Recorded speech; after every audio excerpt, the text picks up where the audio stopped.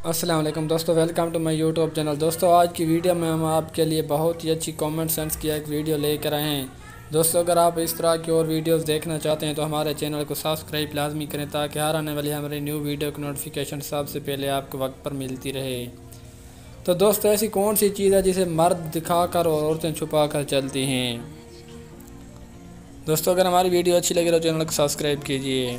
तो दोस्तों ये है पर्स।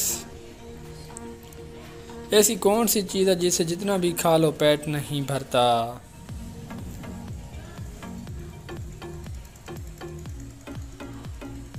तो दोस्तों यह है कसम। कसम खाने से इंसान का पेट कभी नहीं भरता।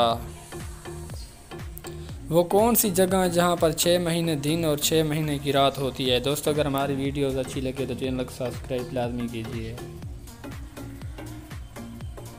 कुतुबीन पर दिन रात की ज़्यादा से ज़्यादा लंबाई 6 महीने है।